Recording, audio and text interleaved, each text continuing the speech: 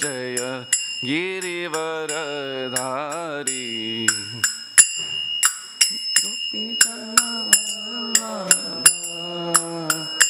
Jai Girivardhari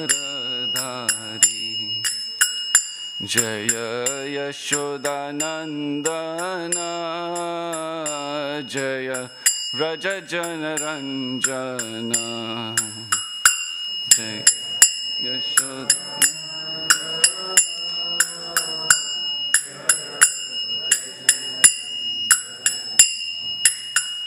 Jai Yashodanandan Jai Vraj Janaranjan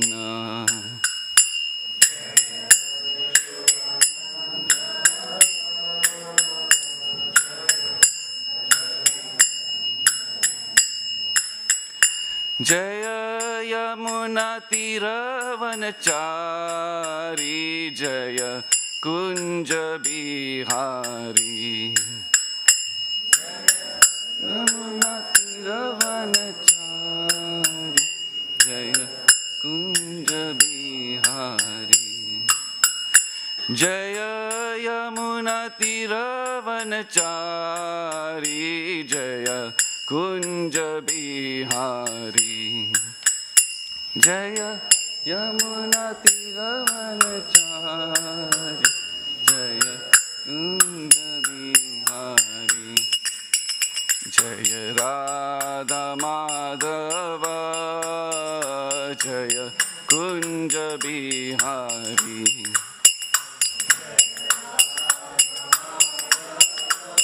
Can clap along.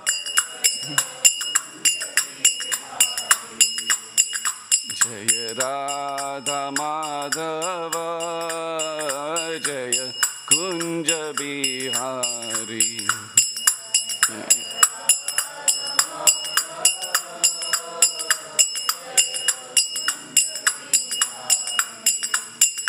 Hare Krishna Krishna Krishna Hare Hare Hare Ram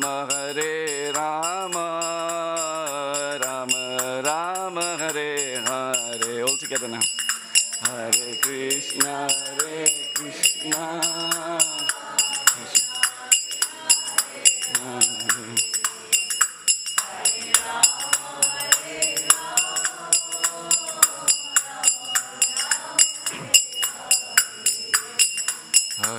Krishna Hare Krishna Krishna Krishna Hare Hare Hare Rama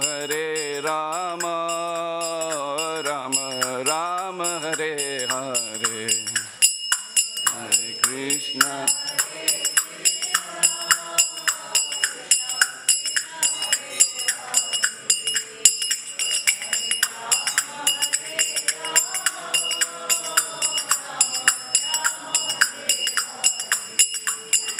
Hare Krishna Hare Krishna Krishna Krishna Hare Hare Hare Rama Rama Hare Hare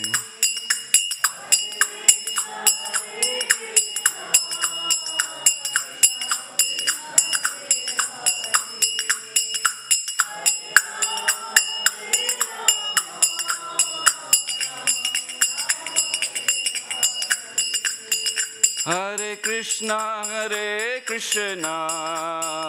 Krishna Krishna Hare Hare Hare Rama Rama Hare Hare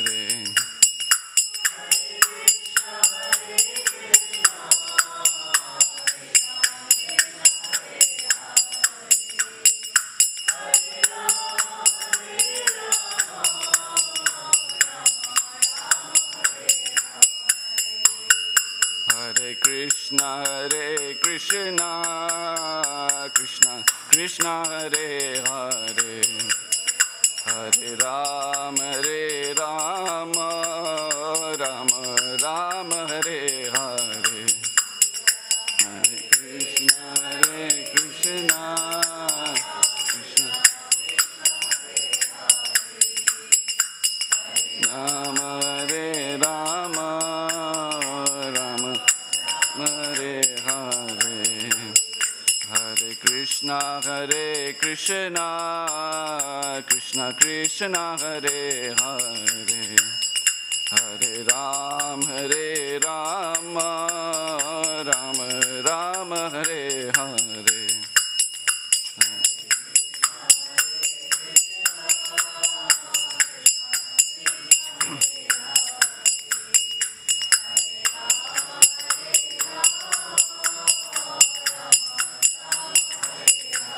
Okay, repeat after me.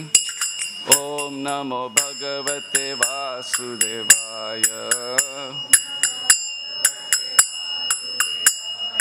Om Namo Bhagavate Vasudevaya. Om Namo Bhagavate Vasudevaya. Om Namo Bhagavate Vasudevaya. Om Namo Bhagavate Vasudevaya. Om Namo Bhagavate Vasudevaya.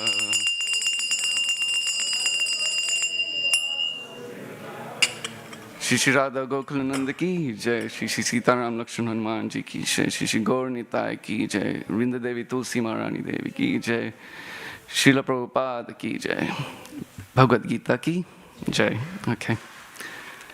So thank you for coming to the Bhagavad Gita class. Thank you for coming for darshan for Radha Gokulananda. Hopefully we'll all be able to take something out of the class today, including myself. So I hope we can all benefit from Sri Krishna's words in the Bhagavad Gita. Before we start, I will summarize what's happened in this chapter because a few people might have just turned up for the first time in a long time, might not be following it every day, and that's fine. So I'll try my best to summarize. But before we do that, I'd like to seek blessings of all the Vaishnavas, all the devotees here, and also of our gurus. So I'll chant Mangalacharan, which is to seek auspicious blessings of our gurus before we start. If you know the words, sing along. If you don't, that's okay. You can fold and, meditate on the words which are being recited. Om Gnanatimirandasya Gnananjana Shalakaya Chakshurum Miritanyena Tasme Shri Guruve Namaha Shri Chaitanya Manobhistam Stapitam Yena Bhutale Swayam Rupa Kadatmayam Dadati Swam Padantikam Vandeham Shri Guru Shri Yuta Padakamalam Shri Gurum Vaishnavamscha Shri Rupam Sagrajatam Sagana Raghunatham Pitam Tam Sajivam Sadvaitam Savadutam Parijana Saitam Krishna Chaitanya Devam Shri Radha Krishna Padan Sagana Lalita Shri Vishakham Vitamscha He Krishna Karuna Sindhu Dinabandhu Jagatpate Gopesha Gopika Kanta Radha Kanta Namostute Tapta Kanchana Gaurangi Radhe Vrindavaneshwari Rishabhanu Sute Devi Pranamami Hari Priye Vanchakalpatarubhyascha Kripa Sindhu Bevacha Patitanam Pavanebhyo Vaishnavebhyo Namo Namaha Namo Om Vishnu Padaya Krishna Pristaya Bhutale Srimate Bhaktivedanta Swami Niti Namine Namaste Saraswati Deve Gaurvani Pracharine Nivishesha Shunyavadi Paschata Desha Tarine Jai Shri Krishna Chaitanya Prabhu Nityananda Shri Advaita Gadadhara Shivasadi Gaura Bhakta Vrinda Hare Krishna Krishna Krishna Hare Hare Hare Rama Rama Rama Hare Hare. Thank you very much. Okay, so we're on chapter 5 of the Bhagavad Gita. We're on verse 12. And the verse is on the screen, so I'll recite the verse and you can recite after me. And then I'll also do the word for word so we understand what words Krishna has spoken, and then we'll go into the translation and the purport. Yukta karma phalam tyaktva Shantim apnoti neshtikim Ayukta kamakarena Phale shakto nibhadyate Yukta karma phalam tyaktva Shantim apnoti neshtikim Ayukta kamakarena Phala shakto nibhadyate. Anyone would like to recite it? Yukta karma phalam tyaktva Shantim apnoti neshtikim Ayukta kamakarena Phale shakto nibhadyate. Anyone else, Mataji? Yukta karma phalam tyaktva Shantim apnoti neshtikim Ayukta kamakarena Phale shakto nibhadyate. Thank you very much. Okay, so I'll go for word.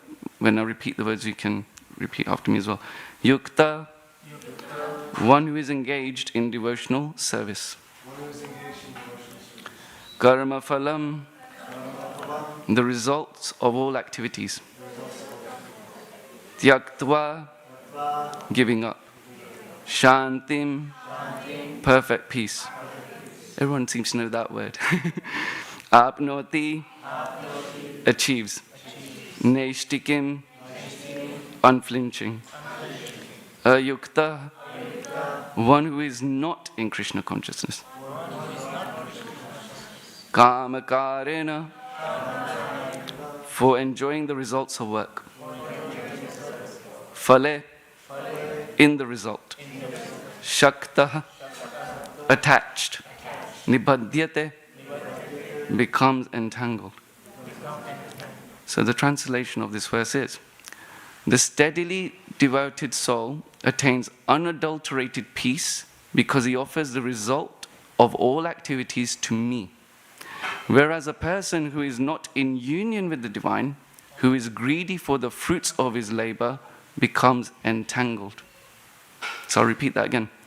The steadily devoted soul attains unadulterated peace because he offers the result of all activities to me. Whereas a person who is not in union with the divine, who is greedy for the results of his labor, becomes entangled. So this is Krishna speaking to Arjuna in the battlefield of Kurukshetra, when he's sharing all the knowledge from the Bhagavad Gita to Arjuna. And he's on like what we call the 5th chapter. They had a continuous conversation. But for us, Vyasadeva has divided the whole conversation of 700 verses into 18 chapters, which have a theme. So the theme of this chapter is action in Krishna consciousness, karma yoga. But the Sanskrit is actually karma sannyas yoga. So we're going to come on to this. Now before I go further, I'm going to go into the purport. So hopefully we can get the purport there, or is it frozen? It's there. Okay, we'll try and move line by line, but I'll read it out. So this is purport by Srila Prabhupada. Srila Prabhupada ki Jai. The difference between a person in Krishna consciousness and a person in bodily consciousness is that the former is attached to Krishna, whereas the latter is attached to the results of his activities. The person who is attached to Krishna and works for him only is certainly a liberated person, and he has no anxiety over the results of his work. In the Bhagavatam, the cause of anxiety over the result of an activity is explained as being one's functioning in the conception of duality. That is, without knowledge of the absolute truth. Krishna is the supreme absolute truth, the personality of Godhead. In Krishna consciousness, there is no duality. All that exists is a product of Krishna's energy, and Krishna is all good. Therefore, activities in Krishna consciousness are on the absolute plane. They are transcendental and have no material effect. One is therefore filled with peace in Krishna consciousness. But one who is entangled in profit calculation for sense gratification cannot have that peace. This is the secret of Krishna consciousness. Realization that there is no existence besides Krishna is the platform of peace and fearlessness. Srila Prabhupada ki Jai. So, as I mentioned, chapter 5 is entitled Karma Yoga, Action in Krishna Consciousness. The actual Sanskrit term is Karma Sannyas Yoga. So, sannyas, renounce. So, how to renounce our actions for Krishna. This is what the chapter is going to be entailing. A true yogi, a true renunciate, does not abandon performing their action, but rather abandons the desires for the fruits of their labor. So the idea is we shouldn't be idle, we should be doing some action. And before this verse even came up, the very first verse of this chapter, Arjun's actually confused. Because in the previous chapters, Krishna's first of all summarized the Bhagavad Gita. Then he's pointed out what Karma Yoga is. And then he's pointed out what Gnan is. And there's a distinction. Krishna's telling originally to Arjun, don't do your actions. He's saying, don't do these material actions. Gain the knowledge and be smart with that knowledge. But then, on another flip side, Krishna's also mentioned, do your action. But do your action with devotion. So the very first verse in this chapter, Arjun's actually confused. He goes, Krishna, you've talked so far. I understand everything, but I'm confused. Which action or which no action should I be doing? Should I be doing action in devotion, or should I be doing inaction with knowledge? And Krishna actually points out, actually the best one is action in devotion. So we should be doing action. So when we talk about renouncing things, we don't just give up things and stop things. We renounce the things that are not needed, and we utilize and we give for Krishna in action. So this is the starting point of chapter 5. Now, as Krishna has gone through this chapter, he's pointing out the difference between someone who's in Krishna consciousness and someone who's not in Krishna consciousness. These are the kind of key themes of this verse. And Krishna's comparing someone who's in material consciousness with someone who's in spiritual consciousness. And we're going to also cover the point of doing action without any ulterior motive, without any personal gains. Nishkam karma. So we're going to talk about this concept as well in this verse. So this verse itself is actually summarizing the previous 5 verses. Krishna is pointing out in the previous 5 verses what action in devotion looks like.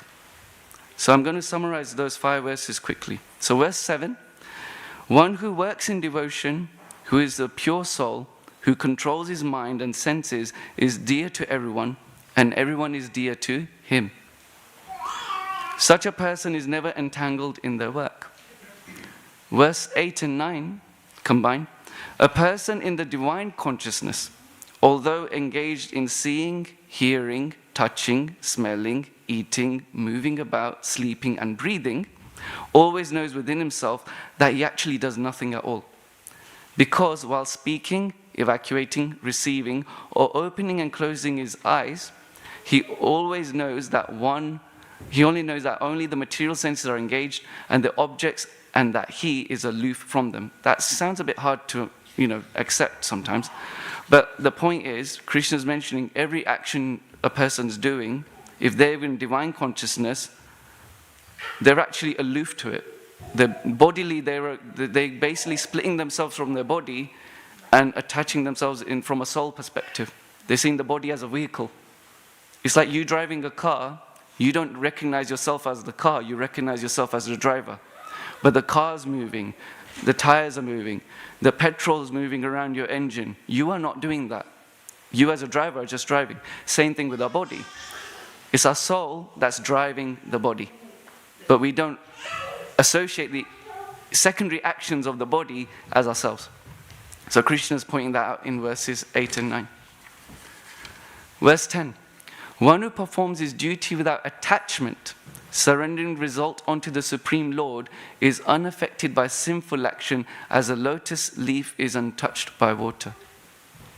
So that's another interesting analogy Krishna gives. So if anyone's seen a lotus grow from a pond, normally those ponds are not clean. They're not clean water. They're not see-through. They've got some muck in there. There's got some dirt in there. But the lotus comes from that same water, and that muddy water, whilst it's touching the lotus petals, it repels it off. So this is what Krishna is pointing out, that such a person performs his duty without attachment, surrendering the results onto the Supreme Lord, is unaffected by sinful action. So they're doing all their action, but they're not affected by the sinful reaction of those actions. Because they're in divine consciousness, they're in Krishna consciousness. They're performing all the actions for Krishna's pleasure, which we'll come to. And then verse 11, the one before this. The yogis, abandoning attachment, act with body, mind, intelligence, and even with the senses only for the purpose of purification.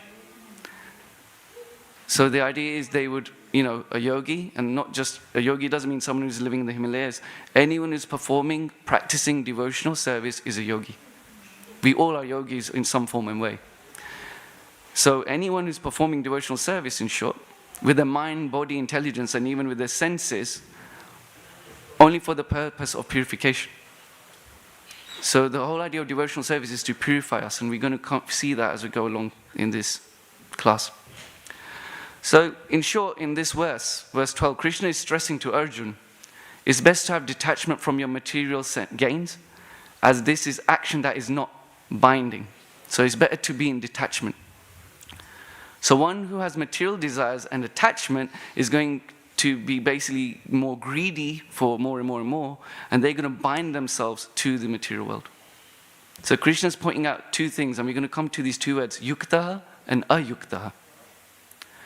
So one thing to point out here, Krishna is saying to work in detachment from your results.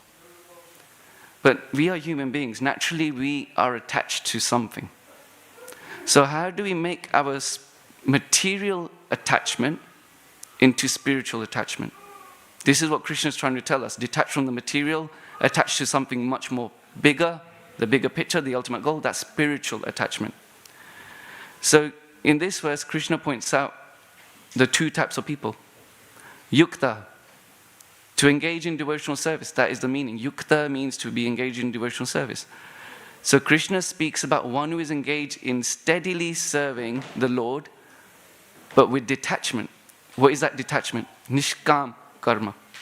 Do your actions, but don't be attached to the results of those actions.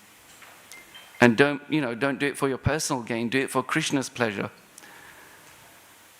Now there's another point which we'll come to, because some people might be listening to this and thinking, Krishna always talks about surrender unto me. Offer everything to me. Do this for me. Now, if it was someone else but Krishna, you might be thinking, this person's egoistic. You might be thinking, hang on a minute, why should I be doing all my actions and giving all the results to you? Why should I be listening to you and doing everything for your pleasure? Now, obviously, this is Krishna speaking, and a lot of us who have turned up today to see the Lord have some faith in Him, so we do believe these words. But people who don't have faith or have no idea about what real faith is to the Lord, they would question, well, why should we listen to Krishna? So it may sound egoistic, but as we go through, we'll see, actually, He's not egoistic. He's doing this for our benefit. He's saying this for our benefit. So yukta means to be engaged in devotional service to Krishna, who's over there. And to do that service in nishkam karma, so to not have any of your own motives, not to have any attachments to the results. Now we need to realize that the reason why Krishna is doing this is He wants us to realize by doing service and surrendering unto Him and surrendering our material results to Him, we are going to get spiritual benefits from him. Material benefits are temporary. They don't last. This material world is temporary. Our human body is temporary. The life we are experiencing, technically speaking, is temporary because it's not something that's everlasting. By doing devotional service, Krishna is going to give us spiritual benefits that's everlasting. And also in the process of purifying ourselves, we're going to figure out who we really are. We are actually not this body, we are this soul. This is one of the first lessons in the Bhagavad Gita. So by purifying ourselves and engaging this temporary body, this temporary vehicle we have, we figure out who we as the driver really are. We're the spirit soul, we're the Atma. And we are associating with the Paramatma, Krishna, the super soul. So Krishna is basically advising us, well, don't work on the temporary, work with the permanent. So he's saying, detach yourselves from your fruits, offer them to me, you're going to get something better. Now we've heard something similar in chapter 2. So when Krishna summarizes the Bhagavad Gita in chapter 2, he mentions, Karmanyavadikaraste ma phaleshu kadachana ma karma phalahedubur ma te sangosto karmi. So a lot of people have heard this verse because of Mahabharata, TV series, etc., which is good. That verse is very powerful because Krishna advised Arjuna that perform your prescribed duty. You have the right to perform your prescribed duty, but you are not entitled to the fruit of the action. Never consider yourself the cause of the result of your activities and never be attached to not doing your duty. So Krishna is saying you can't just sit there and do nothing. You have to do your duty, but surrender the fruits of that duty, surrender the fruits of your action to him. The action he's mentioning is material action. That's one thing to point out over here. So he's expanding on this a bit further in this verse. He's saying, yuktaha, engage in devotional service, and with that motive, surrender your results to me. So he's actually saying devotional service. In chapter 2, he didn't say devotional service, he just said surrender unto me, to your actions. But he's expanding here and saying how? By doing devotional service. That's the easiest and simplest way. There's two paths. There's Sankhya Yoga, and then there's Bhakti Yoga. So Sankhya Yoga is where you're actually going through all this philosophy and you're figuring out what to do, what not to do. And it's a long journey. And the end result is, you'll realize with Sankhya Yoga, the end result is surrender everything to Krishna. Well, if you do Bhakti Yoga, you don't have to go through this journey of finding out what you're attached to and detach from it. With Bhakti Yoga, you're instantly given the solution. Whatever you do, remember Krishna, surrender to him. You're getting the same result, but quicker. So Bhakti Yoga is the easiest way of getting closer to Krishna and untangling ourselves from this material situation that we're in. So Krishna advised in this chapter, perform devotional service. Now we as human beings, we need some sort of reason to live. We need a purpose. We need some motive to do our actions. We need a plan. And that plan, that motive that we have to do things, the idea is we do that action, but we purify it. I hope that girl's not getting locked out, but okay, if someone could check that. She's okay. So, as human beings, we can't just work with no plan or motive. We have to do some action. And we have to have a purpose. But we should purify and channel our attention and efforts in the right direction. Which is for perfect, unadulterated peace. Who wants peace in this life? Raise your hand. Anyone? Okay, someone's blatantly gone straight up. I want peace. Okay? Let's be honest, we all want peace. We want happiness, we want peace. So real happiness is with real peace.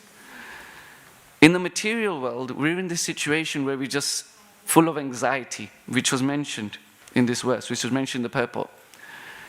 If we're not channeling our efforts, our motives, our purpose in the right direction, we are always going to have these, spikes of happiness, spikes of distress, spikes of anxiety, spikes of grief. It's a roller coaster, as I keep on saying. And that's not a stable, peaceful life. One day happy, one day sad, one day cold, one day hot.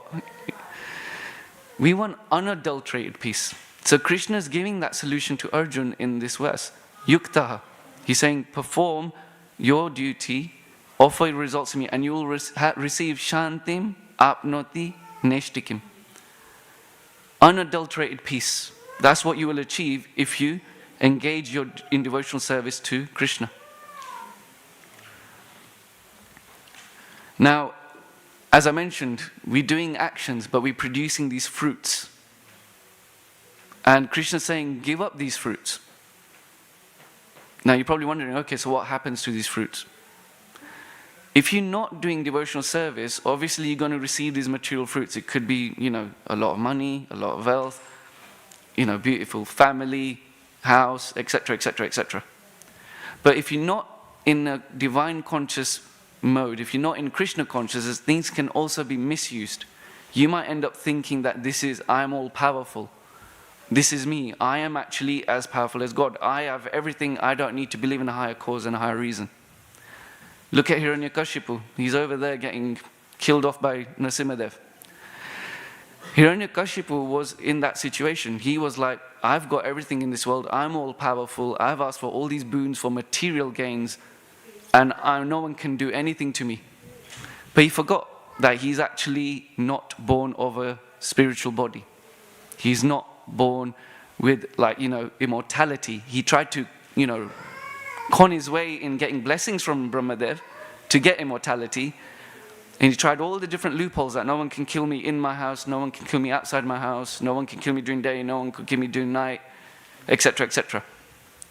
But still Krishna found a way to kill him because he misused his powers. So same way, we do have a devotional service, we get the fruits of our devotional service, but we offer it to Krishna. But what happens to those fruits? It actually gets spiritualized by Krishna. You're actually going to get spiritual benefits in return rather than material benefits. So Krishna is not being greedy. He's not got an ego saying, yeah, offer everything to me. He's not a dictator.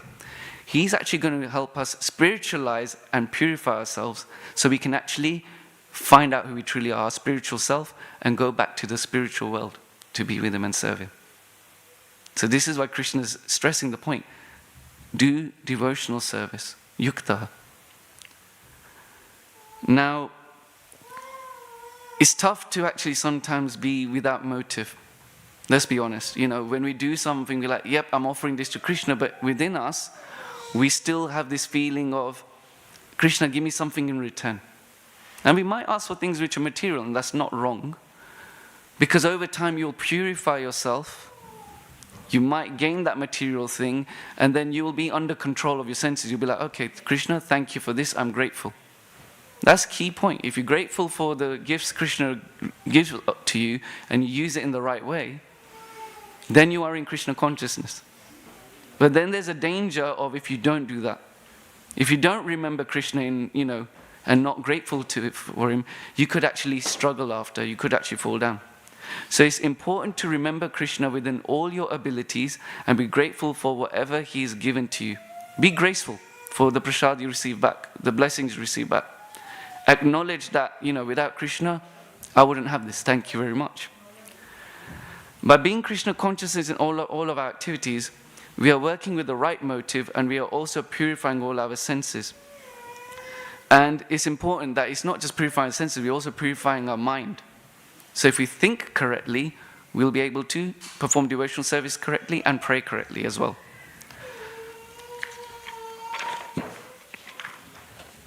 Now, ayukta, the reverse. So Krishna mentioned yukta and ayukta.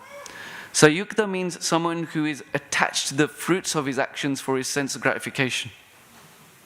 I.e., they do not have pure motives. They're there satisfying their own senses. Now, there's a real danger in that. Such a person, even after attaining whatever material goal they're after, they're never satisfied. They're always going to be greedy for more. And that word is actually used here in this verse. Krishna mentions, whereas a person who is not in union with the divine, who is greedy for the fruits of his labor, becomes entangled. So Krishna is pointing out the danger.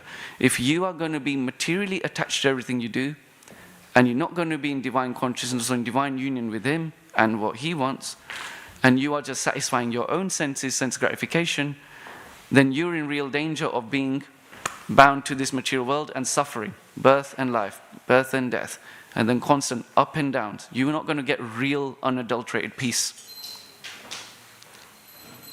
Shri Shri Radha Gokulananda ki jai, Shri Shri Sitaram Lakshman Hanuman ji ki jai, Shri Shri Gaur Nitai ki jai, Srila Prabhupada ki jai.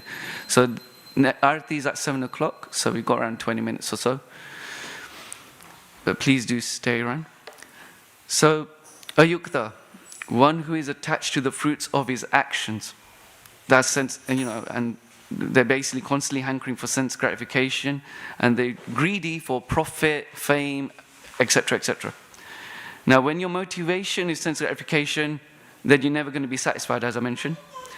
And basically, it's a real danger. You might be thinking you're doing devotional service sometimes, but there's a real danger that if you've got some ulterior motive on the name of performing devotional service, you're also in danger of facing this situation of not being at peace and getting entangled further.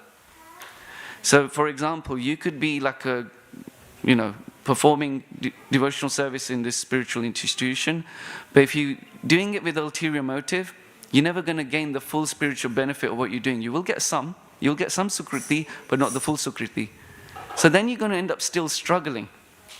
So it's better to have full, unflinching devotion to Krishna.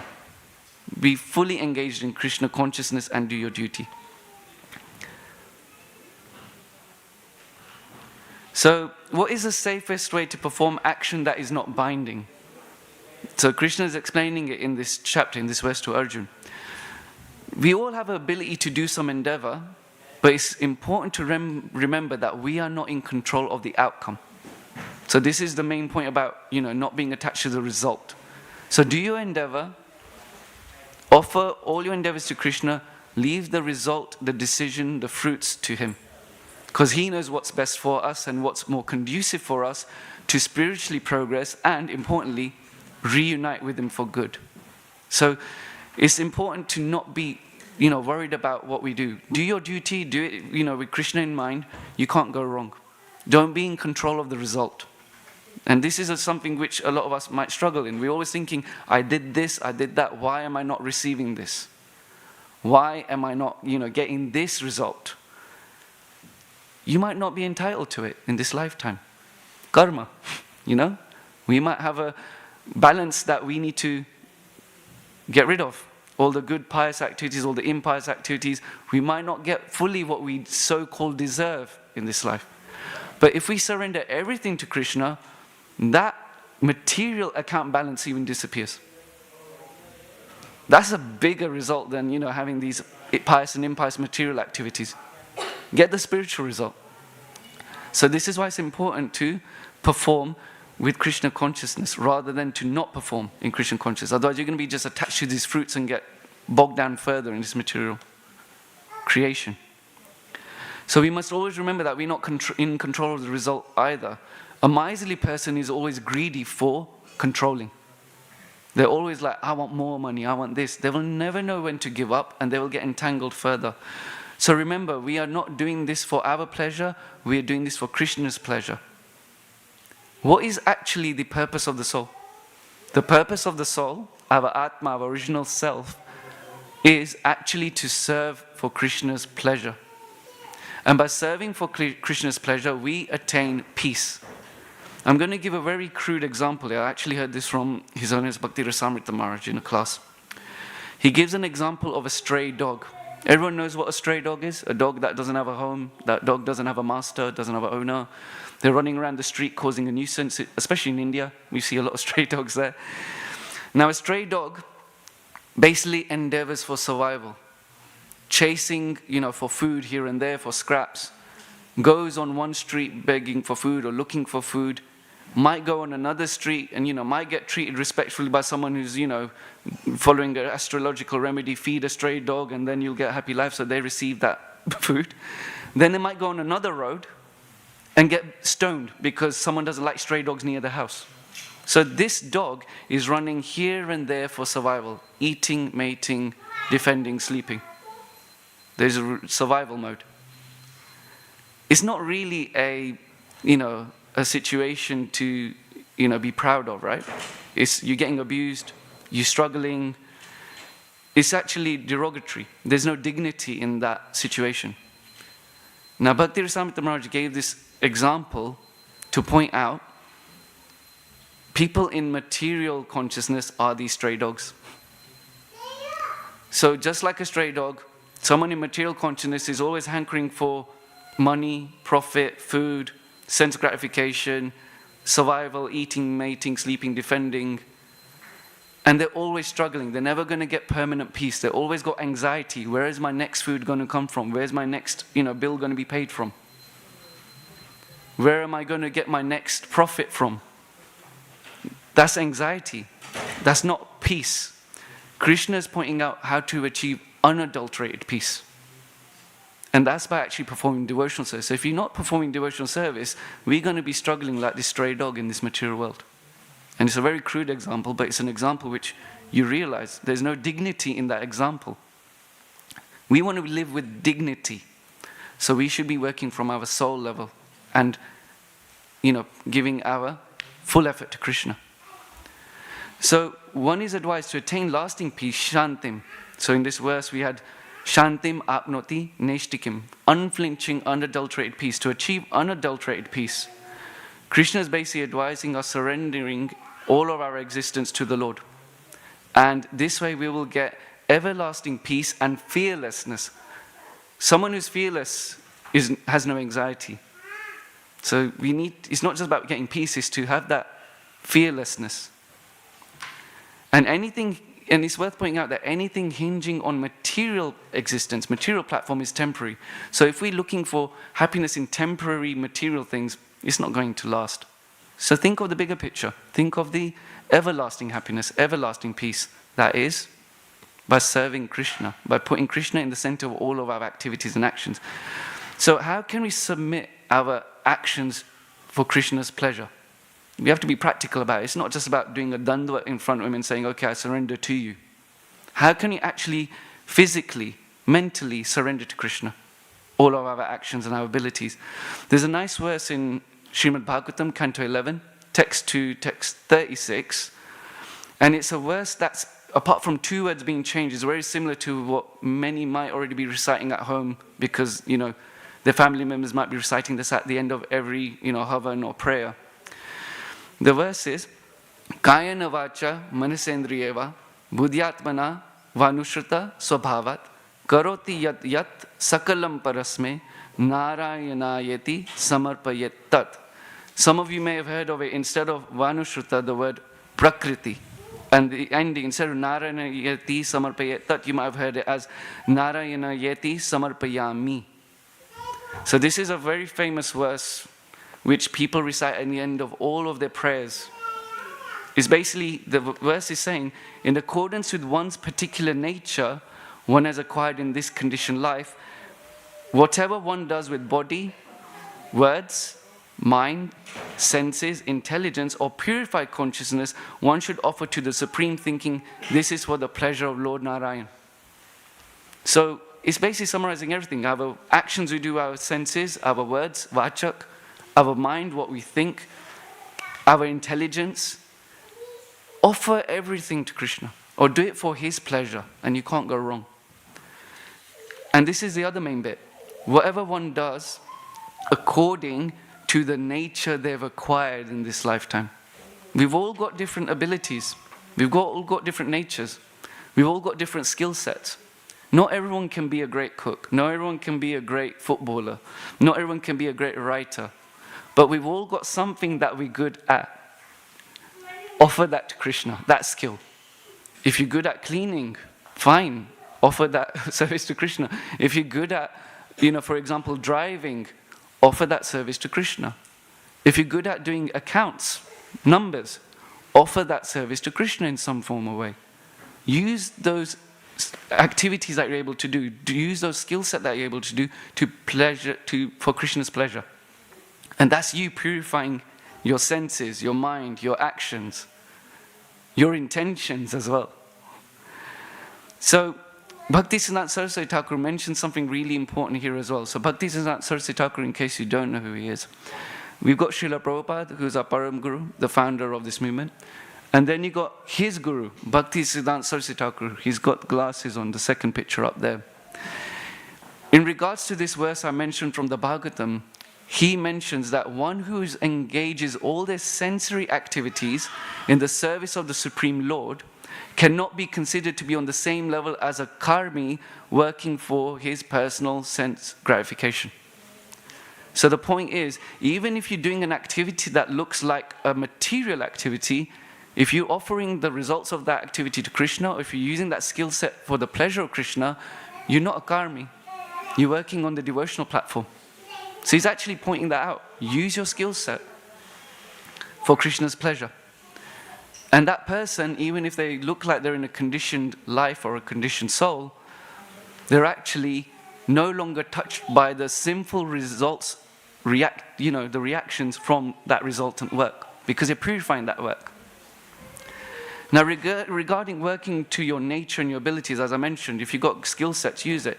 And we've all got some natural ability, and it's not just us. Even animals have natural abilities. Anyone seen a beaver? Anyone know what a beaver is? It's like this thing that looks like an otter that lives in a river, stream, and they build dams. They're great engineers, naturally. Now, they might be building the dam for themselves for survival, but they're also, with that dam, apparently scientifically, those dam structures purify the water for other animals. So, by performing your skill set for Krishna's pleasure, you might also be helping other devotees, other life forms, other living beings. And that's what Krishna is happy to see. So use your skill set for Krishna's pleasure, and you are playing part in Krishna Leela. You don't realize it. You're actually helping others in some form or way. Now in the Bhagavad Gita, we've got another verse.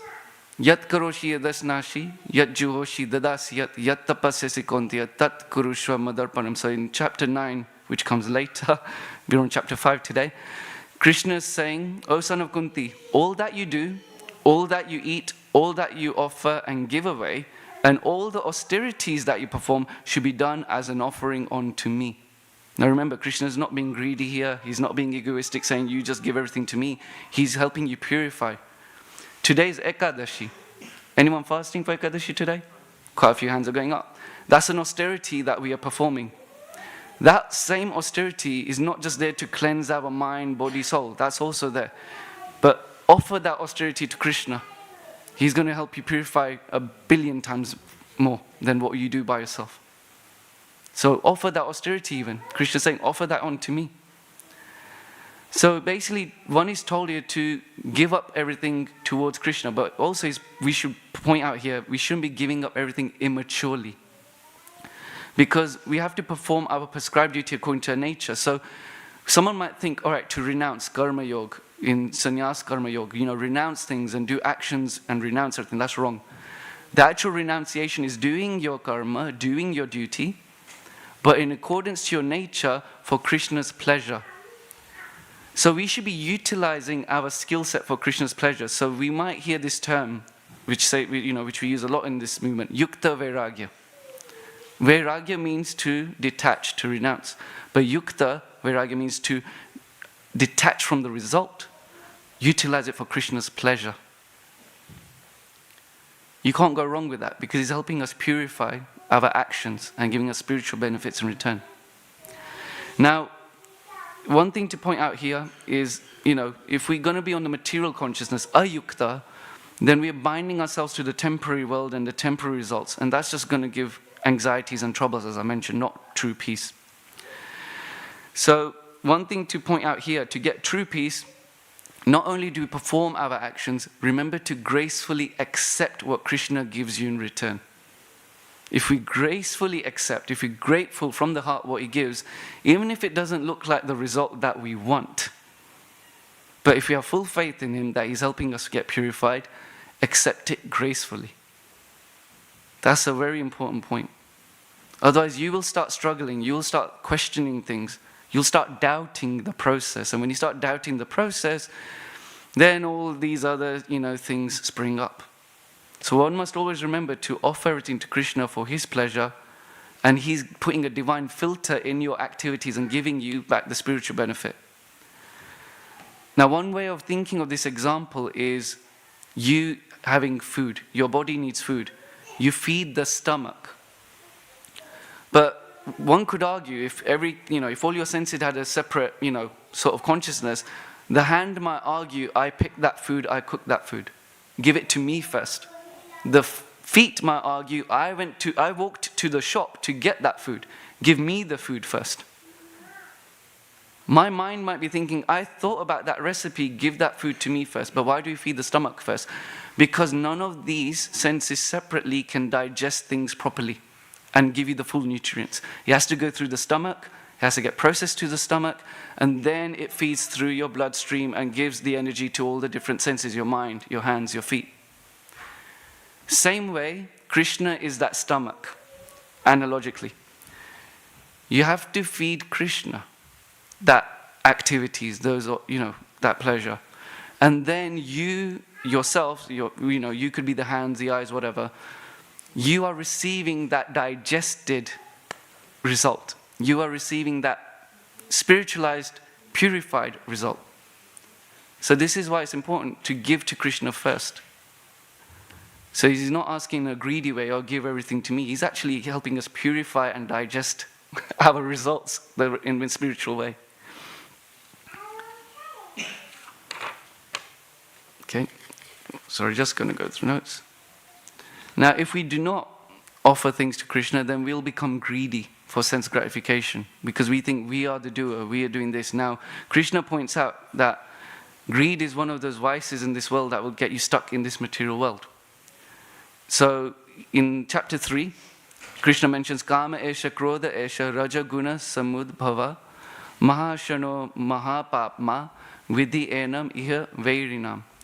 So it is lust only, Arjun, which is born of contact with the material mode of passion and later transformed into wrath, so like anger, and which is the all-devouring sinful enemy of the world. So lust leads to anger, anger leads to greed. So this is another verse, chapter 16. Trividam narakeshyadam dvaram nashanam atmana kama krodas tatha lobhas, greed. Tasmad etat trayam tyajet. Krishna's basically saying here, there are 3 gates leading to hell, or this hell: lust, anger, and greed. Every sane man should give these up, for they lead to the degradation of the soul. So we should be purifying our soul, and we can only do that by purifying our actions and offering it to Krishna for his pleasure. So that way we would avoid lust. So if we don't achieve something, we then get angry, and then we are more greedy for more. We are avoiding all these issues by actually offering it to Krishna, getting it purified. Now, one thing to point out here to wrap up this verse. Krishna points out, ayukta is a person who's not in connection with the divine. He's not in union with the divine.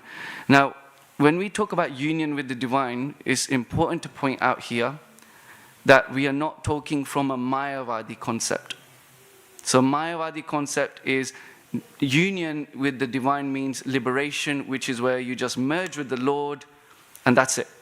You have nothing to worry about. You're just a cell in the Lord. You're a little blob in the Lord. You have no personality. But that's not the divine union that we're talking about here. The divine union we're talking about here is not to be merged in the Lord's Brahmajyoti effulgence, the impersonal aspect, but rather to still have your own identity. To do some action, we need to have a personality. We need to be a person. We need to be something. So to do your work, we need to have an identity. So Krishna is mentioning here, you keep your identity, do your action, and then be in divine union with me. So what is this divine union? It's not the liberation of oneness. It's not the Sayujya Mukti. So there's 5 liberations. Sayujya meaning that you're merging with the Lord. Samipya meaning you residing next to the Lord. Salokya, same planet. Shasti, same opulences. And the last one, Sarupa, same form as the Lord. Narayan, 4. Thank you. So Sayujya is the dangerous one. It's not bad. All the demons got Sayujya indirectly. They merged with the Lord after being killed by Narayan. But that's not what we want. We want a personality. There's a good example of this. Lord Ram actually blessed Hanumanji. That, Hanumanji, you've done a lot of service for me. I want to grant you liberation. But Hanumanji actually said, I don't want your liberation. I don't want this blessing. I don't want liberation. Now imagine Ram Bhagwan in front of you blessing you. You'd probably take that blessing, right? But in reality, Hanumanji said no. Because if I actually take this liberation of, merging into you or being part of you, I won't be able to personally serve you. So Hanumanji is a great example of pointing out this divine union. The divine union is to be with the same mindset as the Lord. Work for His pleasure. Work for His intentions. So divine union, which we're talking about here, is not to merge with the Lord in like Sayujya. It is to receive the ultimate bliss by where we can serve the Lord. So oneness with His desire and love and service is the union that's mentioned here. So it's important that to have this oneness in desire for Krishna, we surrender to Him. And at the end of the Bhagavad Gita, Krishna does mention, Sarva dharman parityagya mam ekam sharanam raja. Abandon all varieties of religion and surrender unto Him. We have to make our desires match His desire. And then and only then will we attain this unflinching, unadulterated happiness. Shantim apnoti neshtikim. So that's the end of my class. We've got a few minutes. Any questions from anyone? No? I'll quickly mention, today is obviously Ekadashi. And Ekadashi is a very important day to surrender our actions to the Lord. So Ekadashi literally just means 11. And today would be like the 11th lunar day of the month. There's technically 2 like that. So in a month, in a Vedic month, we have 30 days. 15 where the moon is growing, 15 where the moon is shrinking. So waxing, waning. In both those cycles, you have an 11th day. And these are deemed as days of worshipping Lord Hari, or being engrossed in remembering Him even more. Technically, as devotees, we should remember Him every day. But this is a special day to push you to remember Him. So, as I mentioned, today is a fasting day. So we can offer that fasting to Krishna for His pleasure. So if you can take that as a prayer for today, that whatever I've offered, if I haven't got anything to offer, even if I fasted today, I'm offering that, austerity for Krishna's pleasure. That'll be brilliant. So thank you very much. Hare Krishna. We're going to have Aarti in a minute's time. So if everyone can get up and get ready, that's okay. So Srila Prabhupada ki jai, Shri Shri Radha Gokulananda ki jai, Shri Sitaram Lakshmana ki jai, Shri Shri Gaur Nitai ki jai, Bhagavad Gita ki jai. Thank you very much.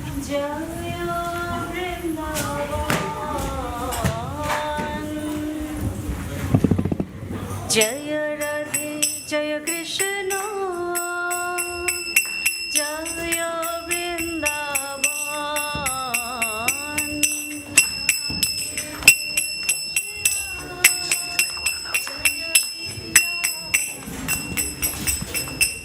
Hare Krishna, everybody. Just before we begin the Aarti, I want to remind everybody that our founder Acharya Srila Prabhupada is sitting in the back of the temple room. Yes, so we like to keep a small corridor running through the center of the temple room so that we don't have our backs directly to him. Yes, we're trying to establish